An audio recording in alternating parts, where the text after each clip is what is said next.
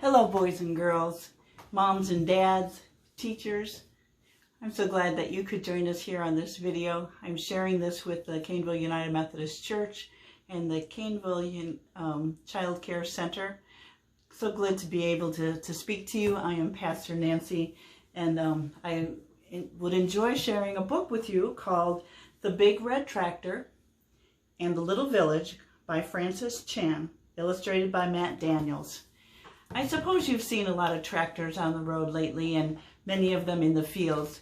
And so this is a good time to get this story.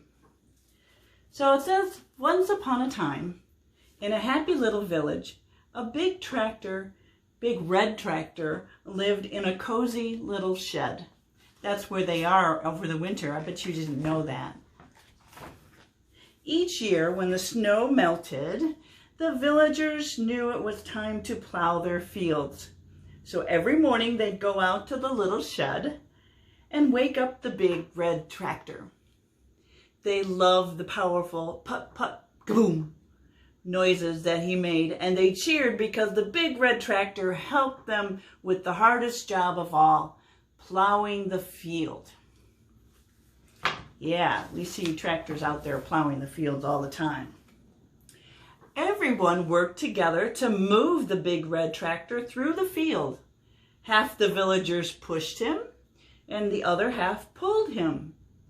He smiled cheerfully, glad to help, even though they never seemed to move him far. Do you see anything wrong with this? Right, we don't have people pushing and pulling our tractors, do we? Maybe they're missing something in this village. Well, the villagers worked very hard, and they always finished plowing the field just in time to plant delicious vegetables and sweet fruit before the rain came. And that's what all our farmers are trying to do, get the seeds in the ground before the rain comes. The rain fell from the sky and watered the field. The sun came out and made the seeds grow. And finally, the villagers gathered all the food in large baskets, and everyone celebrated and shared. There was just enough food to feed the whole village. Yeah, that's a good story, isn't it? Well, it goes on, because I think the villagers are kind of missing something, don't you?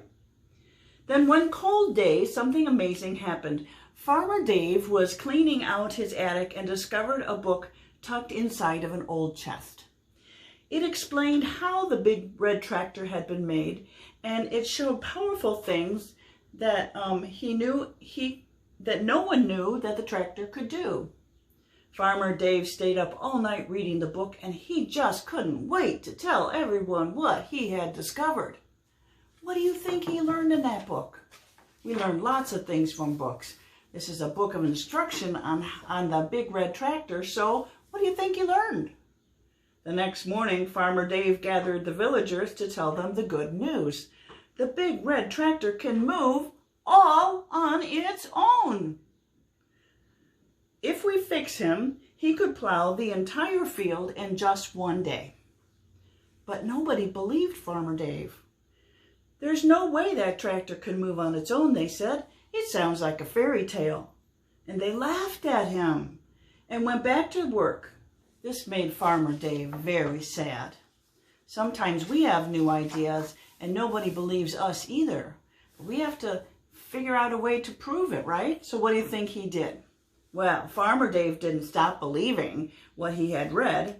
Every night while the villagers were asleep, Farmer Dave stayed up late fixing the big red tractor. Sounds like a good idea, right? Good plan. Now what happens? Finally, after many nights, Farmer Dave was done, and he jumped in the big red tractor and turned him on. Put, put, kaboom! He jumped in the driver's seat and had so much fun he plowed the whole field that very night. What do you think it sounded like?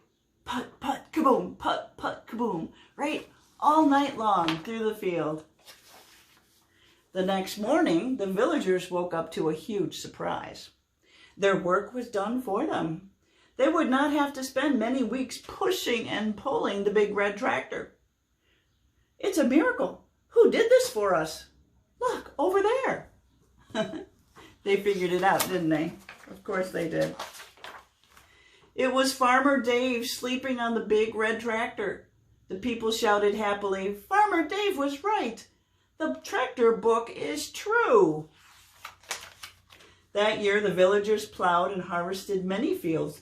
They had so much extra food, they were able to share it with people in other villages who needed it. Look at their truck, Little Village Produce. Isn't that amazing? They had more than what they needed, and they shared. And when they visited the other villages, Farmer Dave and the Big Red Tractor always took the book with them so they could teach others the wonderful news that they had learned. The little village kept sharing, and the villagers became known as the most generous people in the world. I know you love to do this too, and I will miss our KCC fundraiser this year that goes and shares with others. So I encourage you as families to continue doing that, even though we don't have the fundraiser. And I know you in the United Methodist Church are very, very generous as well, as I see you do so many things. Well, the story goes on a little bit longer. It says, did you know that you are like the big red tractor? God made you, and he knows just how you work best. He wrote a book full of truth that you can read to help to know how to live your life too. And if we're not reading that book, we're kind of like the villagers that just pushed and shoved our way through life. But if you read the book, which is the Bible, then you'll know a lot of things about yourself. Our Bible tells us that if we try to do things on our own, we won't accomplish much. But if we trust Jesus, God gives us his Spirit, so we will have new power, the power of love, the power to love others and tell them about God. And then we can do more stuff together. We can make more generous peoples. God made us to be a blessing to others through the Spirit. Through the Spirit, we can do great things, just like Jesus. And the book of Acts shares with us, when the Holy Spirit comes to you, you will receive power to do more than you even thought you could do, just like the big red tractor. Well, that day that the power came upon the disciples was Pentecost, and we're going to celebrate that pretty soon on May 31st. But you can already feel the power of the Holy Spirit when you do things for others. It's really just our love shared in a big and powerful way. So, friends, I thank you for being with us today. Always do good for those around you. Reach out to those who you even don't know. And love always, just as God has loved you.